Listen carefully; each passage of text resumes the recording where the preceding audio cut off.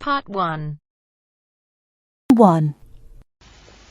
You're going to hear a conversation between a student and an academic advisor. First, you have some time to look at questions 1 to 4.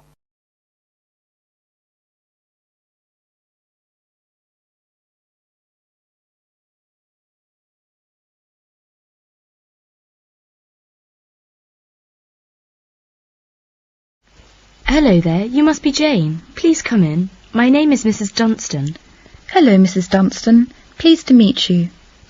All right, now, let's see. Now, you're interested in attending university in Canada, is that right? Yes, and I have a lot of questions to ask you. Okay, but before I begin to answer your questions, I need to ask you a few questions first. Now, your major is... Engineering. Mechanical engineering. Right, and where did you graduate? I graduated from the Beijing Institute of Machinery in July 1998. I completed my bachelor's degree.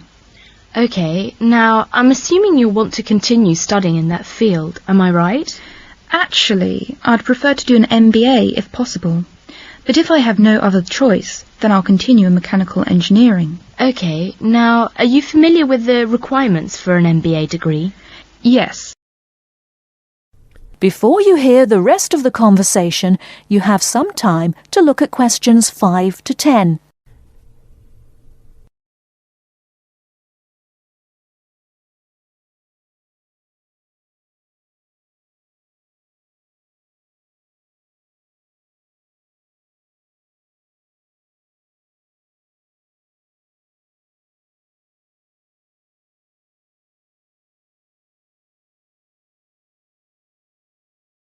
Now listen and answer questions 5 to 10. I think I need to do well on the GMAT, and I'll definitely need the TOEFL or IELTS, right? That's right. You'll need at least 600 on the TOEFL or 6.5 on IELTS. In addition, you need to have completed a bachelor's degree too. Did you take the GMAT yet? No, but I plan to take it in August. The requirements for a master's degree in engineering are a little different. You'll need to take the GRE and of course the TOEFL or IELTS. I see. And when do I start to apply? The best time to start the application process is in November or December of the year prior to your intended year of study. Application forms are usually available in September or October. Which schools in Canada offer the MBA degree? Of the approximately 50 universities in Canada, 20 offer an MBA. Here's a small booklet summarising Canadian university programmes. You'll find all the information on page 22. Great, thanks. And how about tuition and scholarships? Tuition for MBA programmes has been steadily increasing. Some universities now charge the full tuition, meaning that there is no government subsidy. Those universities cost about $10,000 per year, and it's a 2-year programme. Other universities are still government subsidised, so the tuition is only about $4,500 per year. In terms of scholarships, usually the top 5 students entering the MBA programme are given a generous scholarship. All other students have to pay the full fees. International students have to pay the full tuition, that's $10,000 per year. Oh, is it very difficult to get into an MBA programme? Yes, in fact, the competition is very strong. MBA graduates have a pretty easy time finding a job, so many students are eager to do the programme thinking it will guarantee them success in their careers. Well, it sure does sound like an excellent way to start a promising future. What is the school year like? Classes begin in September each year and finish before Christmas. They resume after New Year and finish at the end of April. And after April? Why, that's your summer holiday. Sounds great. I want to thank you, Mrs. Dunstan, for all your help. I really do appreciate it. You're very welcome. And if you have any other questions, please feel free to contact me. You know my number, right? I sure do. Thanks very much. Goodbye.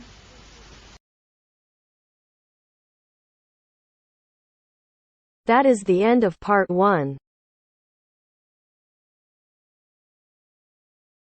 You now have half a minute to check your answers.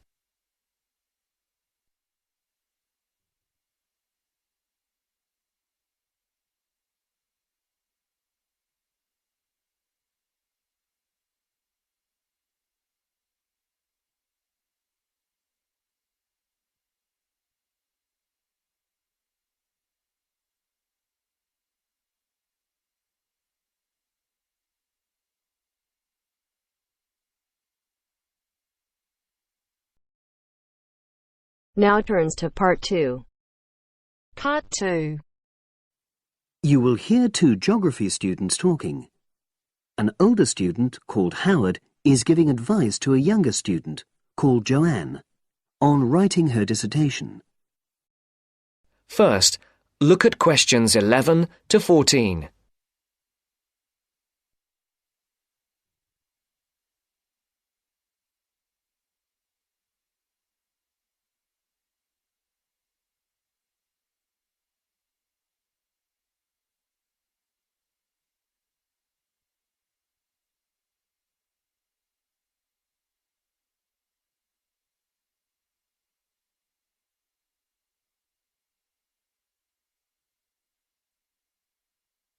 Listen carefully.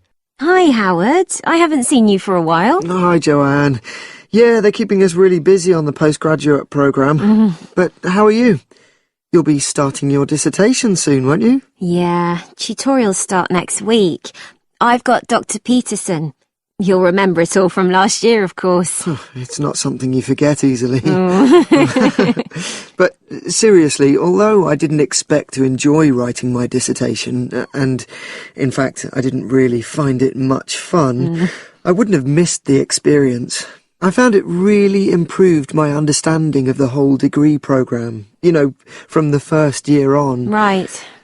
So, what are you doing yours on? Glaciated landscapes. Although I haven't decided exactly what aspect yet.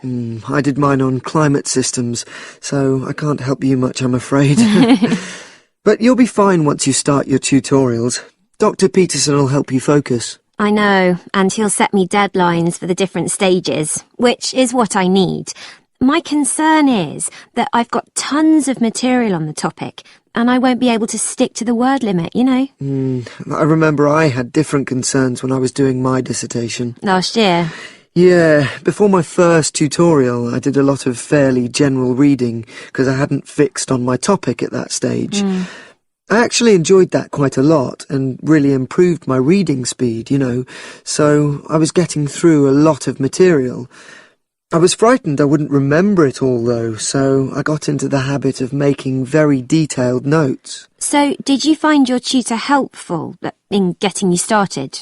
Yeah, we certainly had some interesting discussions, but it's funny, I saw a brilliant programme about climate change, and it was that really fired me up. It was talking about some recent research which seemed to contradict some of the articles I'd been reading. Before the broadcast continues, look at questions 15 to 20.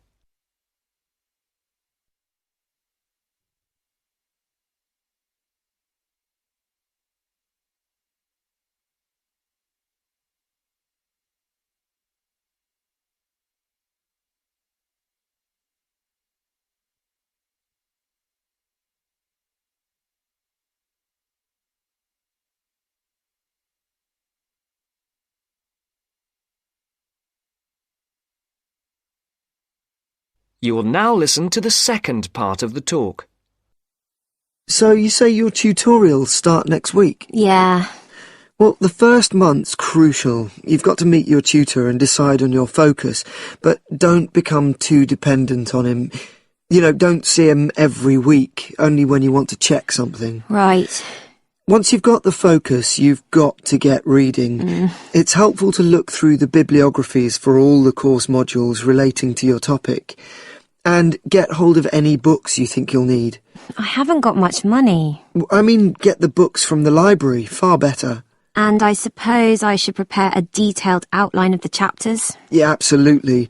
But don't feel you have to follow it slavishly. It's meant to be flexible. OK.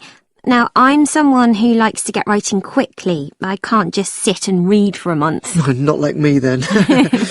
But if that's what suits you, you know, your natural approach, then you really ought to start immediately and write the first chapter. Right.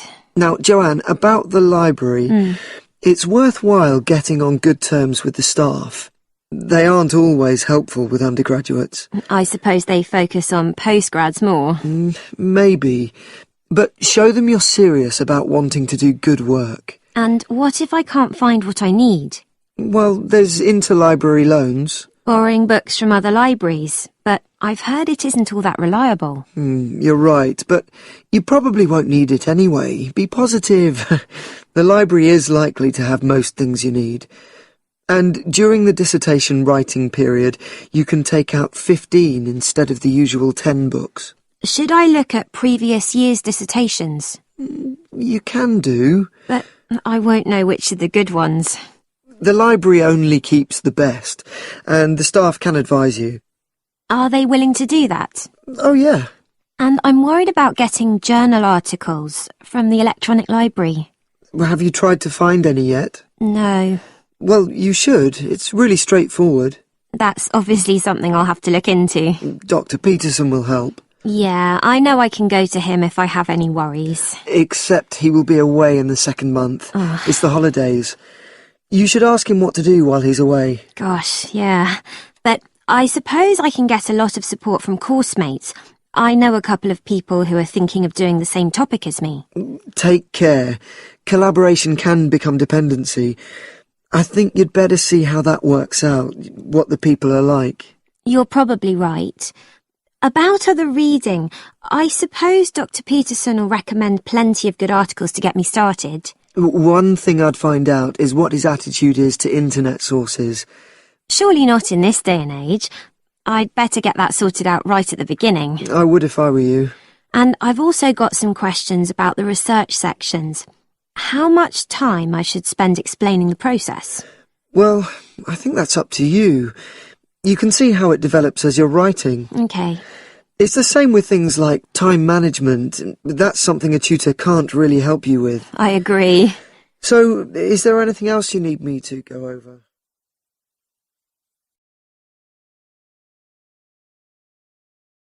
That is the end of part 2. You now have half a minute to check your answers.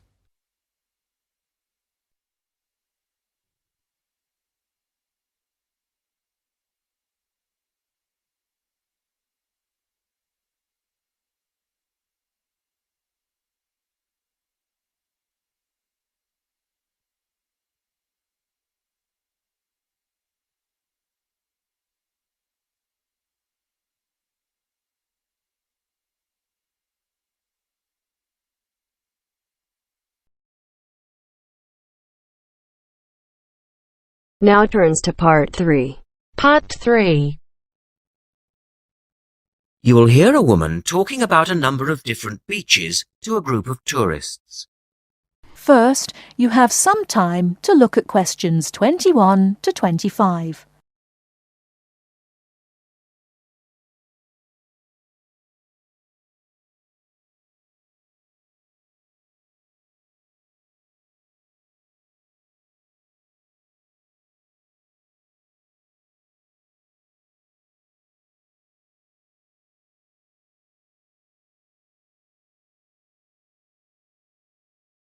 Now, listen carefully and answer questions 21 to 25. Right, let's move on to the beaches here, which are absolutely beautiful. You do have over 100 to choose from. They're mostly sandy beaches, and they vary from the largest, which is 2.5 kilometres long, to tiny sandy coves. But there are a few that I'd really recommend you to visit. So, looking at this pamphlet, first of all, there's Bandela Beach. This beach is 1 kilometre away from the old fishing village of Bandela, which is a beautiful spot. If you park in the car park behind it, there's a small path which leads down to the bay. It's very pretty because the whole beach is backed by pine trees, so it's very sheltered. The beach itself is very clean, and the water is shallow and safe. That, together with the soft sand, make it an ideal beach for children and non-swimmers. A little further round the coast, again to the east, in the eastern corner of the island, is the spectacular Dapolata Beach, which is basically a long inlet. The land around this beach is marshland. It's all marsh, and there's a stream which winds through it, and the stream goes into the sea. And the beach has lovely pale gold sand. Access to this beach is quite tricky and not for the less energetic.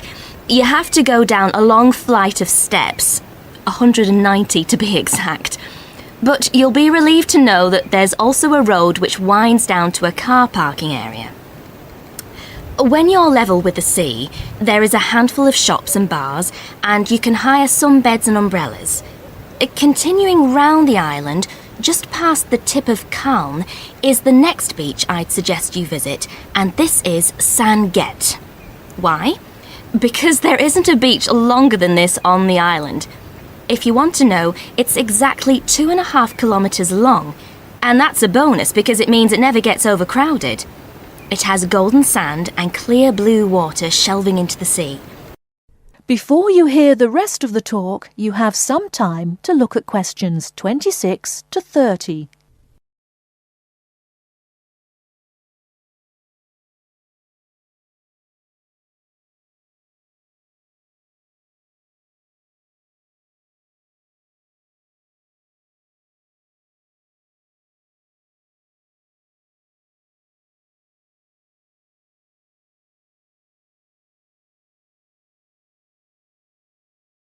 Now listen and answer questions 26 to 30.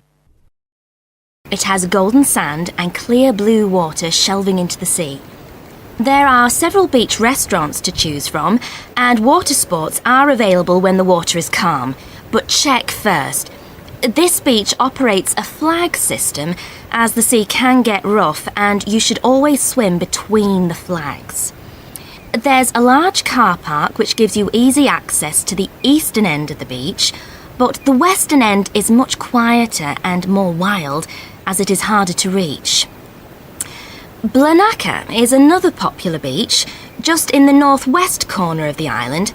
It has incredibly white sand and sparkling water. There is ample car parking here and plenty of bars and restaurants. Blanaka has white cliffs all around it, and for those of you who'd like a little more to do than just lazing on the beach, there are caves here which you can explore in the cliffs, and you can also dive into the water from rock platforms along the side of the cove. Well, my final recommendation for today is Distt. Now, this beach isn't quite as easy to get to as the others I've talked about. It's quite a remote little beach, tucked away here next to Blanaka. You can reach Distt by a steep slope which goes over some sandbanks. The beach itself is small and pretty, with reddish-coloured sand and some stony areas on its eastern side. Despite being quite small, the bathing is good, and you can also go fishing here from the rocks at either side. It's a good idea to take some food and drink with you if you decide to go here, as there's only one little bar which isn't always open. So, that should give you plenty of ideas to choose from over the next 2 weeks. And if you have any further questions... That is the end of part 3. You now have half a minute to check your answers.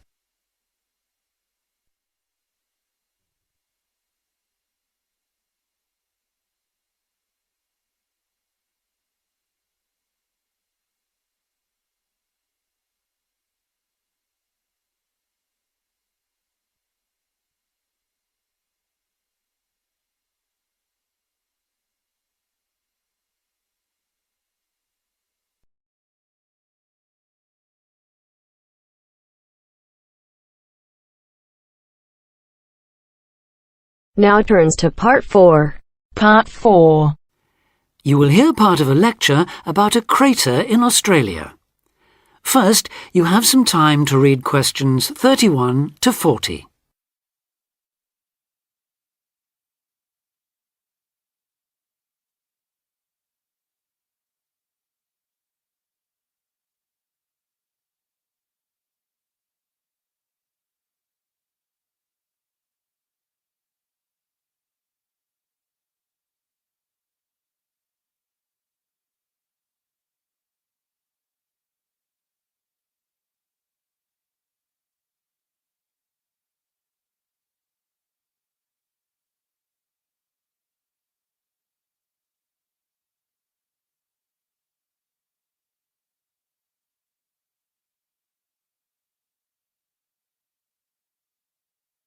Now listen carefully and answer questions 31 to 40. Lake Acraman in South Australia is Armageddon for the purist. No other meteorite impact on Earth has stamped the surrounding rocks with such an abiding, unequivocal geological record of collision, earthquake, wind, fire and tsunami, the giant waves formed by major Earth movements. The story it tells is elemental, without dying dinosaurs or even Bruce Willis to complicate its simple message of destruction. First, the numbers.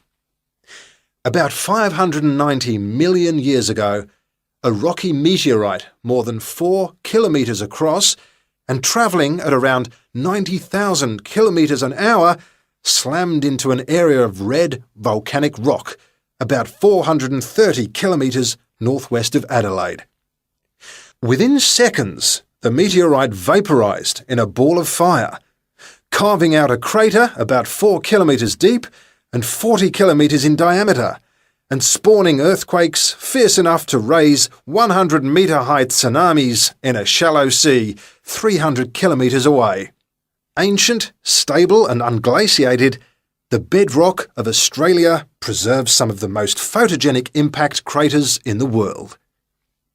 Acraman is not one of them. 500 million years of erosion has taken its toll. A salt pan surrounded by low hills is all that remains to mark the site of the cataclysm. The true nature of the place dawned on geologist George Williams of Adelaide University in 1979. Gazing at a sheaf of newly acquired satellite images, he saw the small circular shape of Lake Acraman surrounded by a ring of faults and low scarps 40 kilometres across, and an outer ring twice this size. A year later, he made it to the site. On islands near the centre of the lake, Williams found bedrock shattered in a conical pattern that experts consider a sure sign of a meteorite impact. Except for a crater, which had long since eroded, the area was a textbook example of an impact site. In 1985, further intriguing evidence turned up. Vic Gostin, another Adelaide geologist, had been studying a thin band of fragmented red volcanic rock in 600-million-year-old shale in the Flinders Ranges, more than 300 kilometres east of Acraman. To his bewilderment, the volcanic chunks turned out to be 1 billion years older than the shale. Where had they come from? Comparing samples, Gostin and Williams found that their rocks were identical. The red rock in the Flinders Ranges had been blasted there from Acraman. Later, the same material turned up at sites 500 kilometres from Acraman.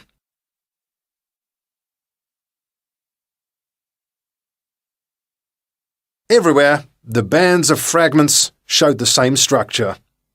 Coarse pebbles at the bottom, then a cocktail of silt and sand, then layers of increasingly fine sand distorted on top into a wavy, scalloped pattern.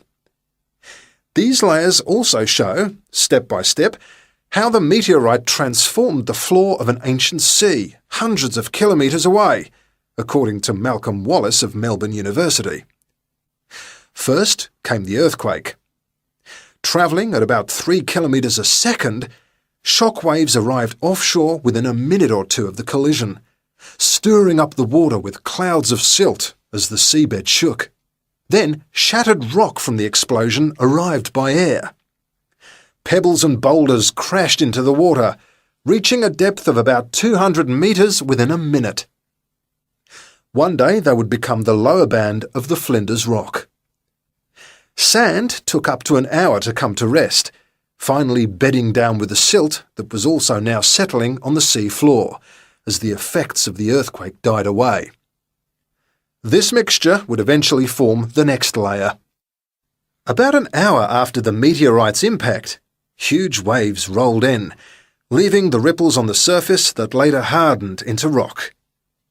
Clear as mud is not an oxymoron. In Acraman, the arid, timeless Australian outback has preserved the closest thing the earth can boast to a perfect pockmark, the pinnacle of imperfection. That is the end of part 4. You now have half a minute to check your answers.